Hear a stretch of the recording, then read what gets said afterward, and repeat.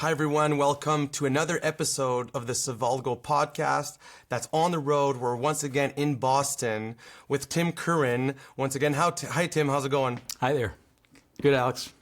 Really happy to be with you once again. So if you guys haven't seen our episode with three experts talking about construction tech, make sure you get a good look at our YouTube channel to make sure that you don't miss anything, any specific and highly important details. So once again, guys, the Civalgo Podcast is all about elevating the level of the construction industry. So we're looking to give back best practices, insights, and advice so that contractors can elevate their level and learn with us.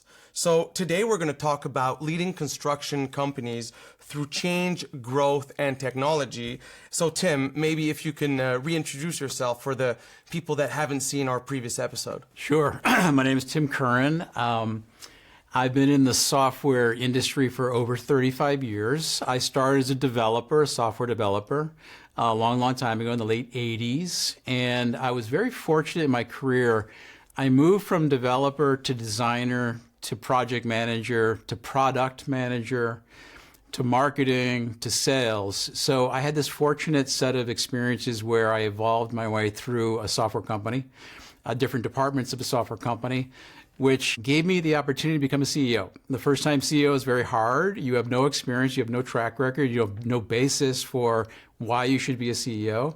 But the opportunities align, you get some kind of chance to do it. I got that chance to do it. It was a smaller company. You get a chance usually in smaller environments. And it went really well. We ended up selling that company to Trimble and became part of Trimble.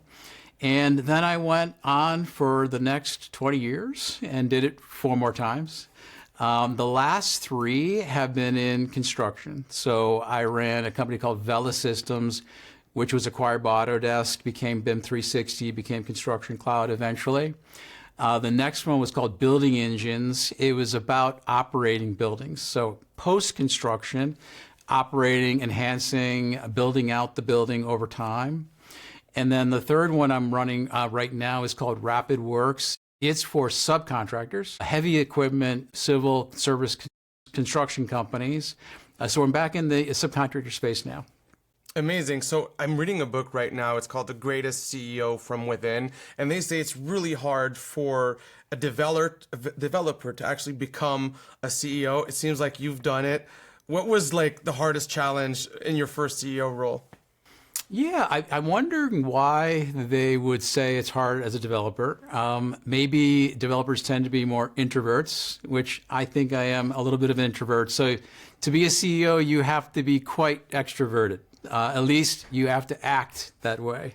I play an extrovert at work, and I go home and I play the introvert role that I am as a person. So I think you have to be very outgoing, you have to be very enthusiastic, you have to be a bit of a cheerleader. So yeah, I think those are some of the qualities. Amazing. And I guess there was this huge evolution from your first attempt to your current job. What kind of evolved? Yeah, I think as first-time CEO, when I look back, I was very scared. Vulnerability was not something that I was going to naturally be inclined to. I don't know the answer. I don't have the answer. So I had a board of directors, right? I have my staff to be a role model for, and here I am first time, I don't know what I'm doing. So I learned that being vulnerable is a good thing. Like, I don't have all the answers. I don't know what's coming around the next corner.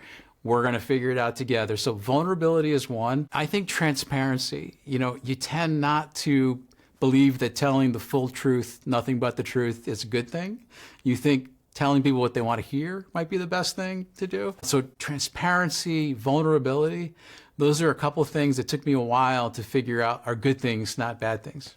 I mean, I relate to that in the sense that if you don't know an answer, what do, right? So can we dig a little bit deeper in there? When you're in front of your board and they're asking you a question and sometimes getting drilled, I'm assuming. Whether it's your board or your people, you think you have to know all the answers. You're the CEO. How do you not know all the answers? But I think the truth is you don't, right? That's the truth. There is no, I don't care who the CEO is, Steve Jobs, whoever it might be. There are things that are going to happen that no one knows the answer to, literally, not the board, not the employees, not you as CEO. So that's, and I think you have to be comfortable to, again, be vulnerable to say, we're going to figure this out. We do. Now, you do have the problem-solving skill set. You do have the inquisitive. You can form a hypothesis. So I don't just say to my board, I have no idea, and I don't know how I don't know what we're going to do. That's not the answer. We are going to figure it out. We're going to form a hypothesis. We're going to experiment. We're going to try this. So I would never show up to a board meeting and just talk about problems. I'm going to start talking about solutions. Yeah. Makes sense. So when you enter a company, what do you assess first? Is it like people, culture, market, product, finances? I think over this conversation, we're going to talk about people a lot. For me, a company is people. It's assembling the right people. It's the right skill sets. So I think the success of the company is going to be people driven. However, your question is, what might I look at first in a company? Doesn't matter who the people are. If you don't have a product and a solution that makes any sense or that is needed. So I think one of the first questions is there a market that wants a solution, that needs a solution? That's probably the first thing you got to think about, especially if you're going to invest 5-10 years of your life as CEO of that company, or if you're going to be an investor in the company. Is this something that the world needs, right? And I think you go a little bit deeper, is this sort of a feature that is needed in another software product? Is this a software product that's needed on its own? And is this a software company that can get really big? Those are different things. A feature can be great, but it should be part of Procore or Civalgo or whatever. A product could be great, but it might never be a company. It might never be a 1,000-person company. Some solutions are made to be 1,000-person companies. So the fact that you had multiple hats in your first, from developer to project manager to sales to customer support, the fact that you had multiple hats, is that what cultivated you to become one of the best CEOs? I think it was a big advantage in hindsight. I wasn't doing it by design. I just sort of happened to evolve my way around software companies, the first couple that I worked in. So it was a little more accidental.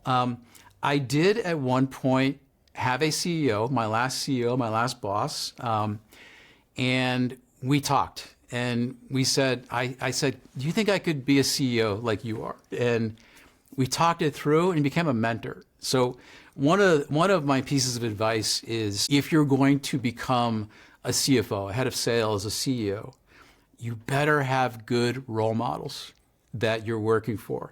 Observe, pay attention to what they're doing. If they're actually not good at their jobs and you're paying attention to the wrong things, it actually can go quite wrong.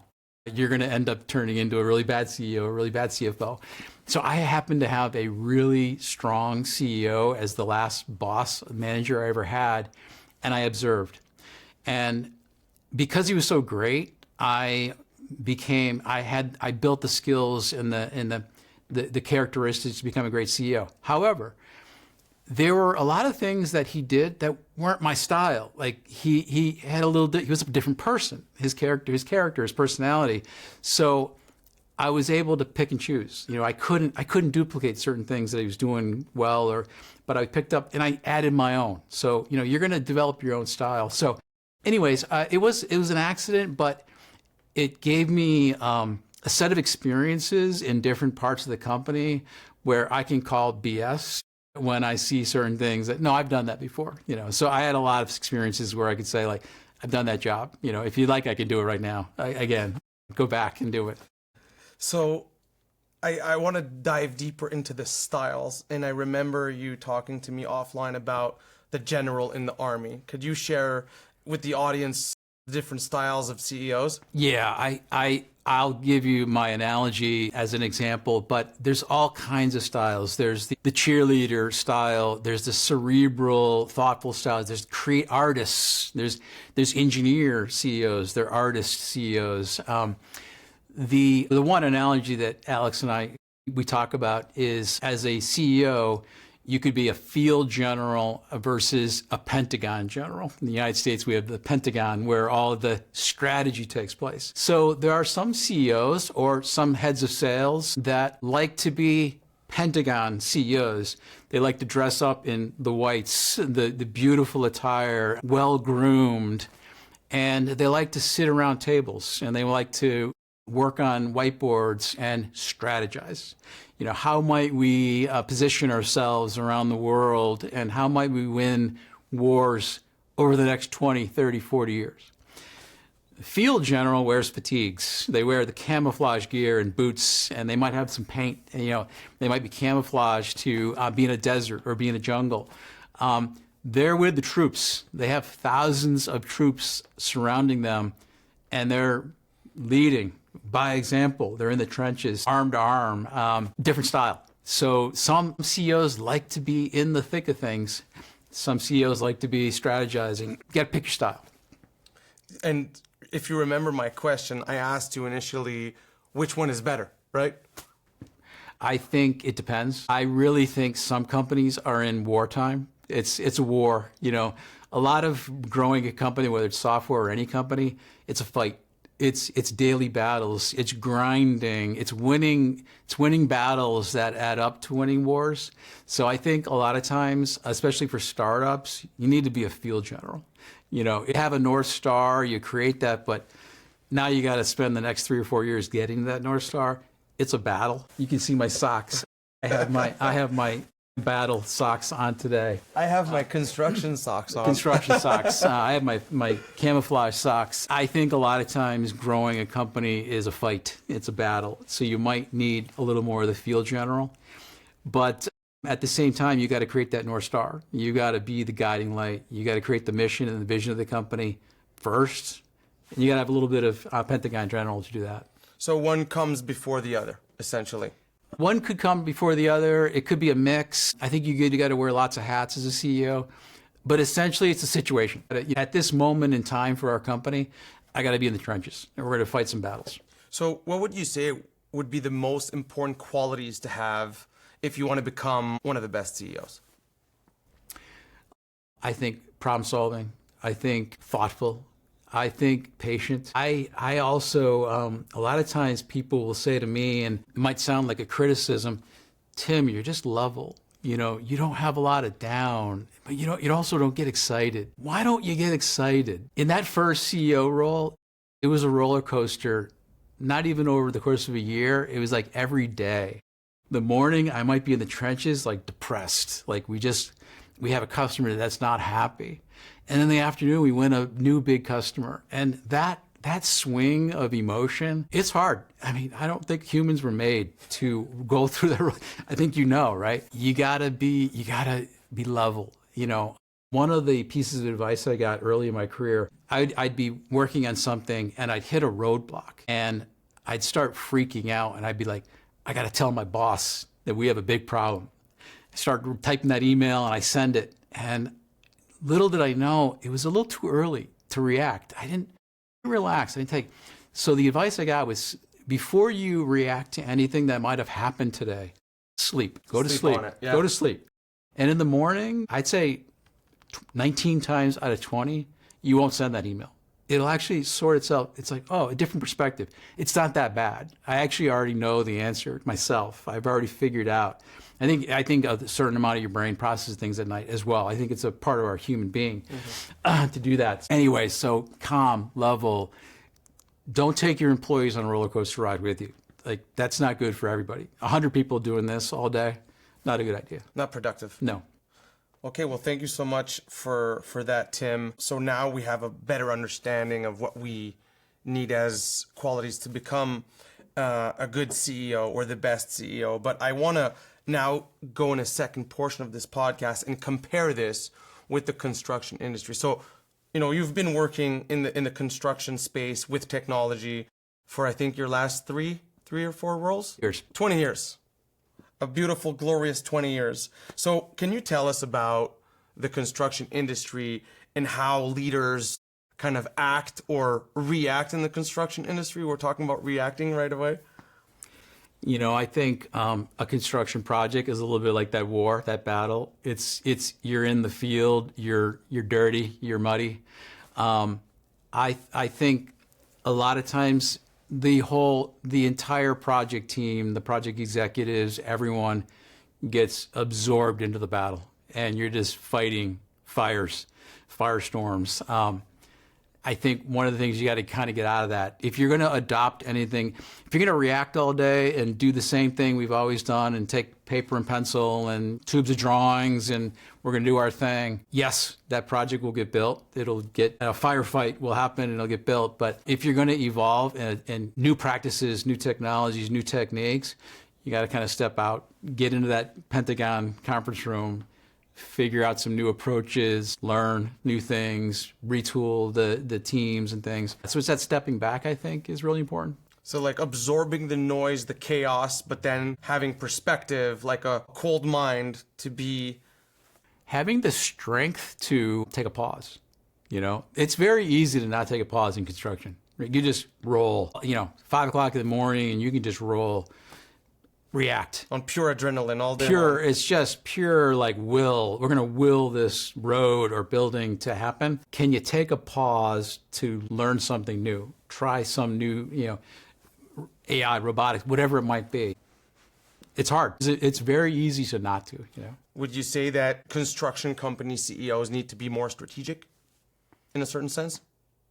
I do. I think the really bad, wrong assumption is that construction is not technical, not strategic, I think it's not swinging a hammer and, it's highly complex, highly technical. A lot of technology can be applied to building a building to advantage. So I think it's probably one of the most ripe industries where technology can, propel performance across the board. It's also a humongous industry that's distributed. If you have 100 or 1,000 people working for your construction company, chances are they're never, ever, ever in the same room, in the same building, in the same office.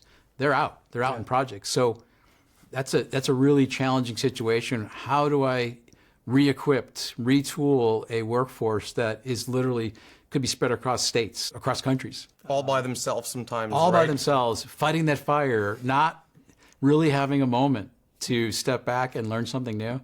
Really challenging. Yeah. So, because the difference with manufacturing is the fact that we're not under one roof. They are. In manufacturing, they are under one roof. Exactly. You can call a meeting and get in a conference room or an auditorium and have that discussion, yeah. Rain or shine, productivity can be at the rendezvous. One other thing about, so I think construction is ripe for using technology to huge advantage. And you asked, should construction CEOs embrace technology, be strategic about it? Absolutely. And we're in Boston, and there's a construction company in Boston called Suffolk. Tremendous leadership in technology, even investing in new companies, trying new technologies. I've been to their technology center. There is an auditorium. So when you're at corporate at Suffolk, there is a whole auditorium where you can get everyone in there to learn something new, pitch some new idea. So if you can draw those people off from the projects around Boston into that room, then you can teach something new. Yeah, we have to be grateful for those leaders because they definitely brought the change to the industry, right? Those bigger companies, those giants, if we can call them that way, they really created the momentum and opened the door to digitization. It's going until, the almost a small mom and pop shop, right? They're the last ones to get digitized, but they're getting there. So according to digitization, what is the number one thing you think tech founders misunderstand about the construction industry? I think us technologists, we just assume that people will get it. It seems so obvious to us, and yet we also haven't been in their shoes. We haven't, so I think really being humble on our side, we think this will work, but let's partner, let's embrace, let's try, let's experiment together, let's be, humble about it. I think we tend to be a bit arrogant. Like, isn't it obvious that We're not better than no one? That's the truth, right? Yeah, exactly. So I think a bit of humility, and you're going to get swatted down either way. So you either go in humble and like relax, or you're going to get your butt kicked anyway in a job trailer. Yeah. And that's a great segue to the next subject here on my guideline, is that we need to understand our customers, right? So staying close to our customers is critical. But how do tech companies really invest into customers? We see the best ones out there, they really have good products, right? Can you talk a little bit about how you've been staying close to customers? Yeah, a couple things come to mind. One is face-to-face, belly-to-belly interaction. So from me on down, we try to be with our customers personally. I think in this world of AI, there's a lot of disruption happening to software development. And I think one of the advantages that a software company will have going forward is that it's not just machine to customer. Think about, do construction companies really want to interact with just machines, or do they want to interact with people? I think they want to interact with people. I do. So we get out there. We get on job sites. We try to, as much as possible, put the hard hat on. I love going on the outside elevator, up. It's pretty scary and kind of fun. So we get on the job site, get in the job trailers, observe, shadow. The second thing, and we're doing this more at my current company, we're hiring ex-customers to be employees. So we're finding the super users, the ones that really embraced our products in their company and got really good. They ended up being the leader in their company to roll out our software, and we're trying to entice them to join us. So now we have customers as employees. And boy, when they go on a job site and they can speak the language, yeah, I know. Remember when we did that? I did this and you did this. Very powerful. So, a couple ways to really connect with the customer. So it's really relatable when you have someone that has done it, right? They connect right away with the client. Yeah. Otherwise, if you haven't been in the industry as a construction project manager executive, you got to learn the domain expertise and fake it until you make it. And my goal always is to get to the point where if I go meet with a customer and we spend a few hours or have a dinner, I want them to say to me at the end, so where did you get your civil engineering degree? What construction company did That's you work? That's your goal, huh? What construction company did you start in? Actually, I've never been in construction. No kidding.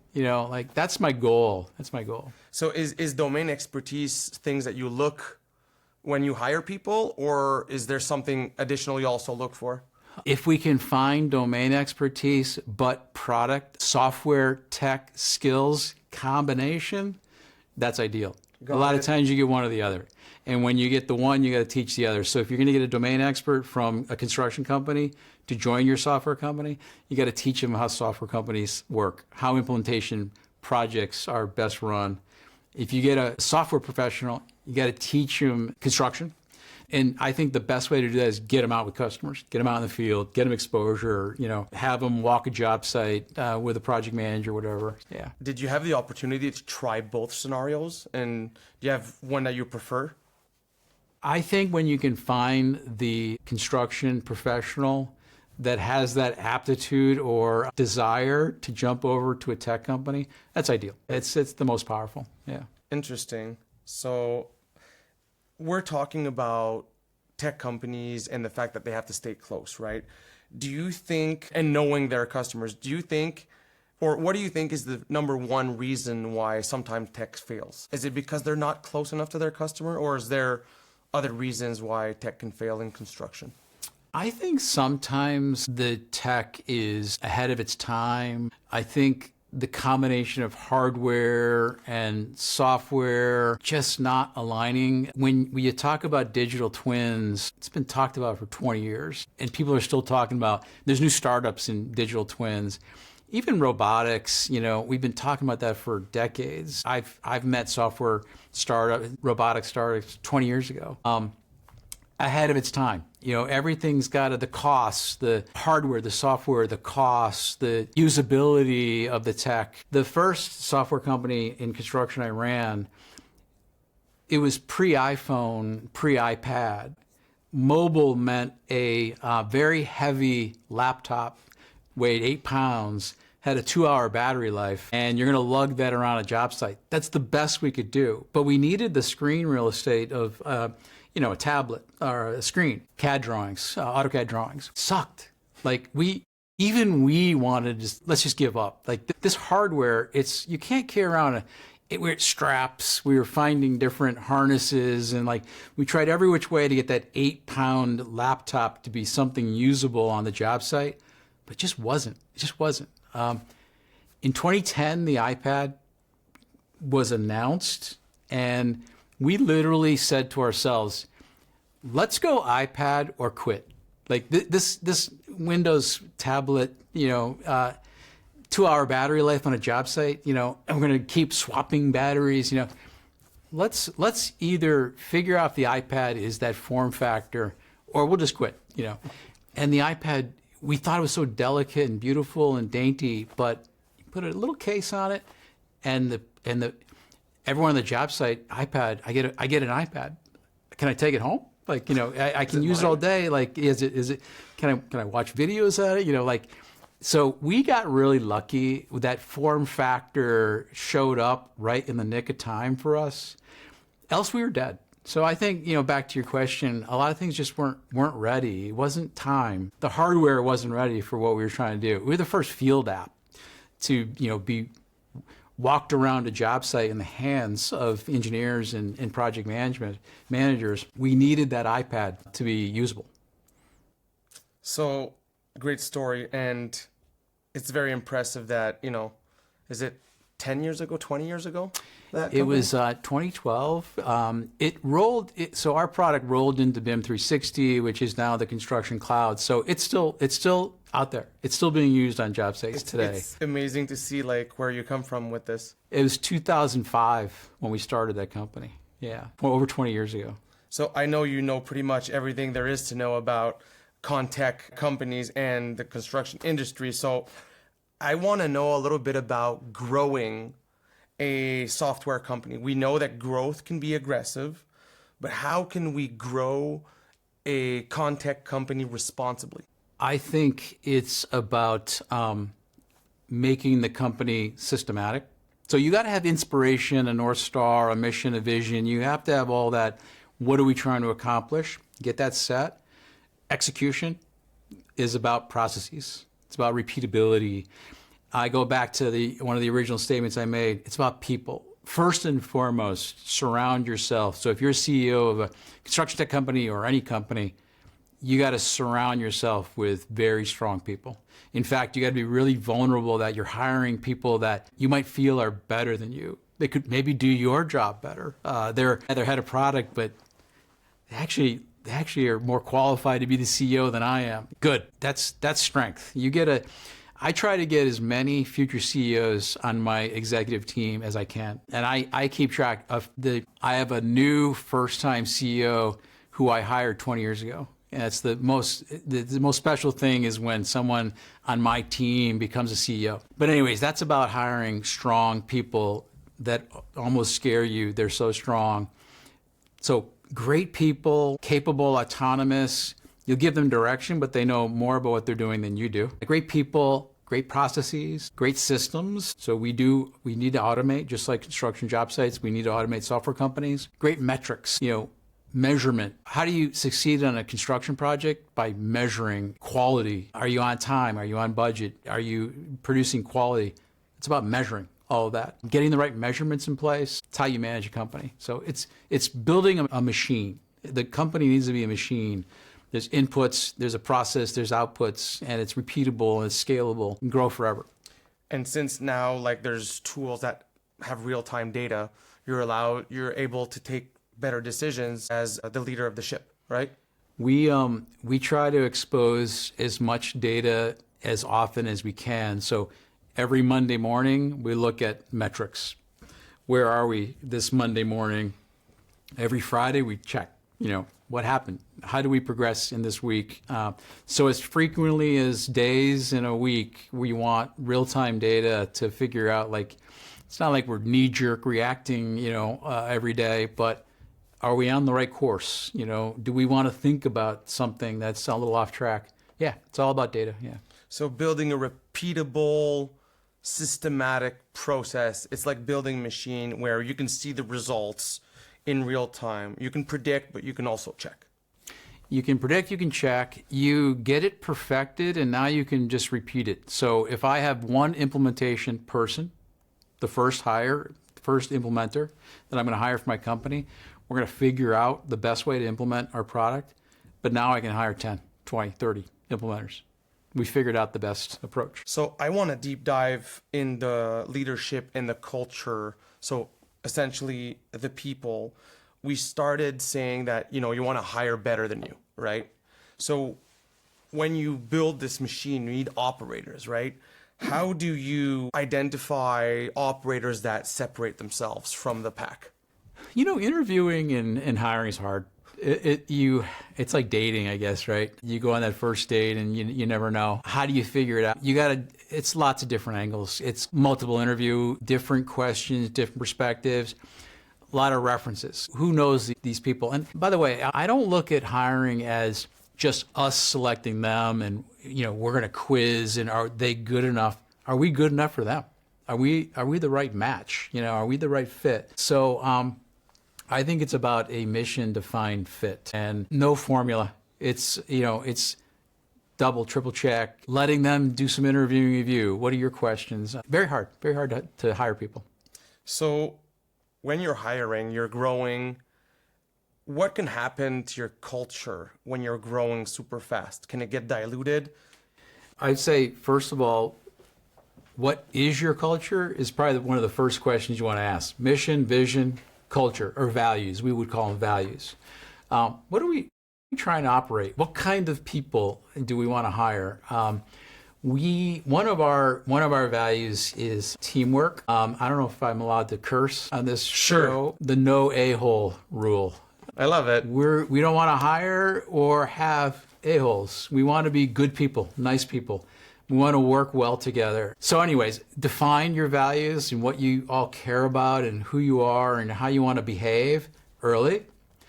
And then try to stick to it. You're not always going to hire perfect fits, and they might not even want to conform to your values. You won't always get it right, but stick to the values. By the way, interview for the values. So design your interview questions, not about just like, are you good at implementing software, but are you an a-hole? Ask the right questions. I'm curious because I had this discussion on the way here with salespeople, and they're the hardest people to hire, right? Because they're good at selling themselves. We need to discover how to perfect those type of interviews. You have any advice on that? Get crafty. So think of all the questions that you might ask that will lead you to who is this person really? Just think hard about those questions. And even a good salesperson, unless they're lying, which is really hard to lie. I don't think lying works ever. You end up getting found out eventually, if not right away. It's pretty obvious. But just ask all the right questions. Tell me about your experience. What was your last success? Walk me through. Give me examples. And because it's easy to say, "Oh, yes, I'm great at sales." Walk me through an example. Like, how would you? So, since we're in the culture and execution section of our podcast, this is a big one. Okay, how do we align between vision and execution? This is not an easy answer, I understand, but this is something that's going to help a lot of people out there.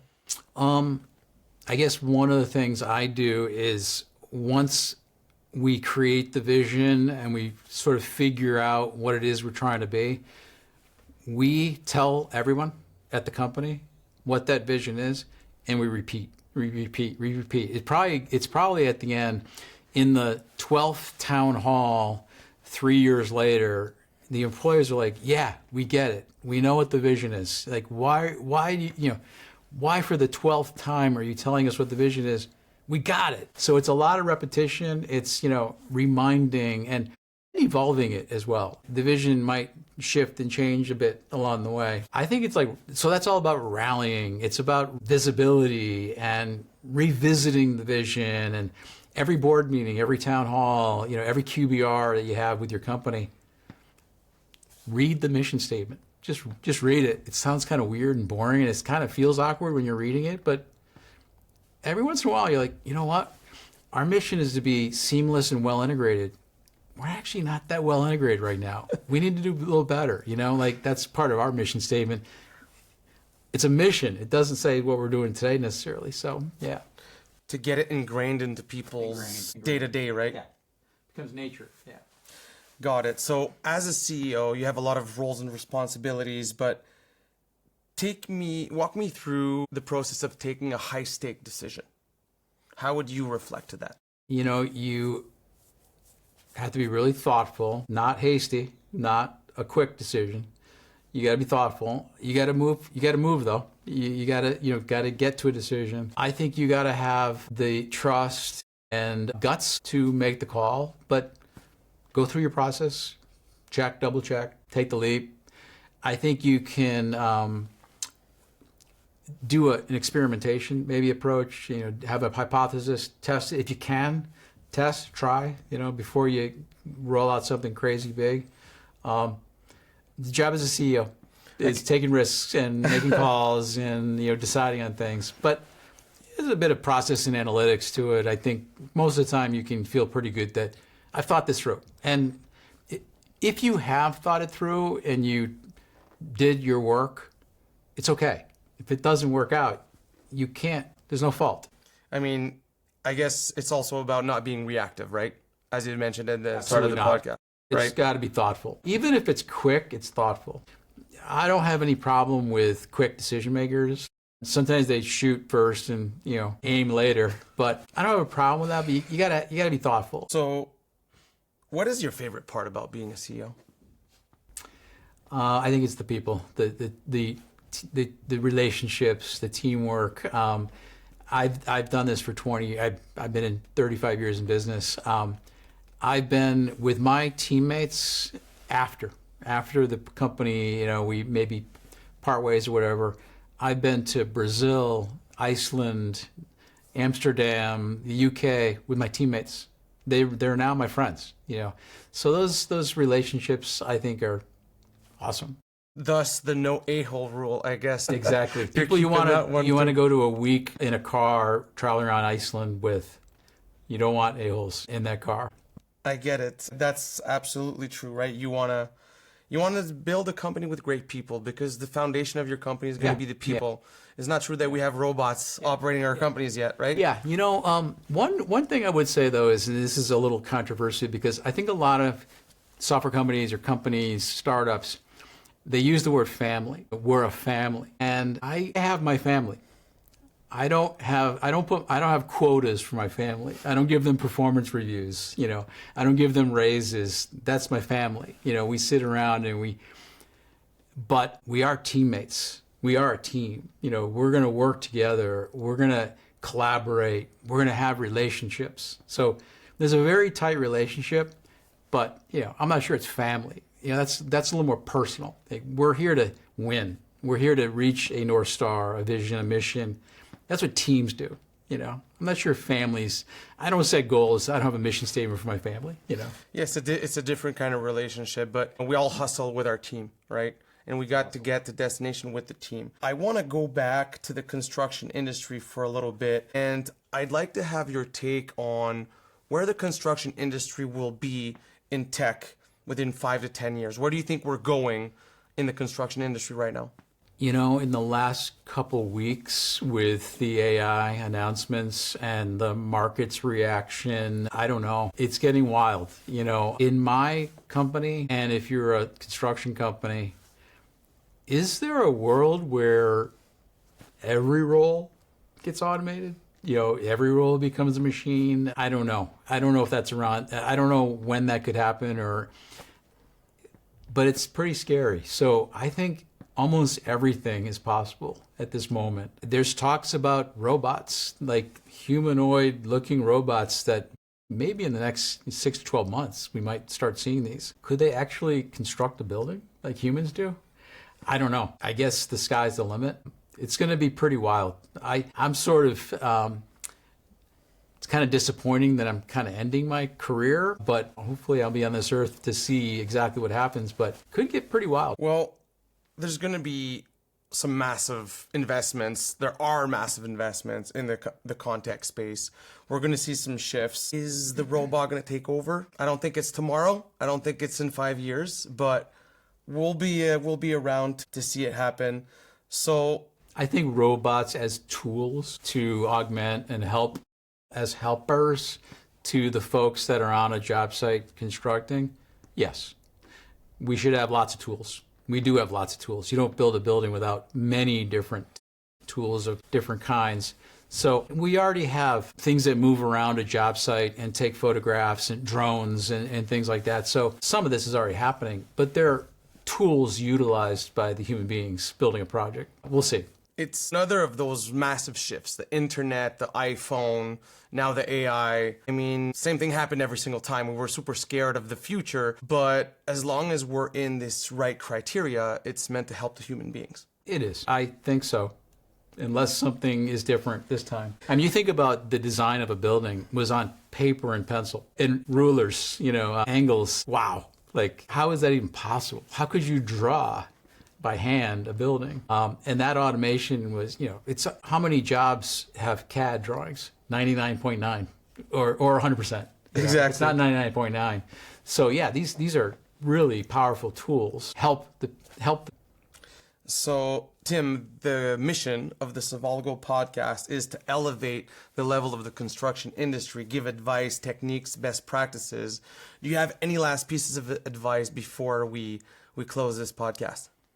Like I said, be humble, be transparent, be truthful, always wins. Focus on people. You're surrounding yourself with great people is going to yield the best results. And then support it with processes and systems and metrics. And yeah, that's the complete package.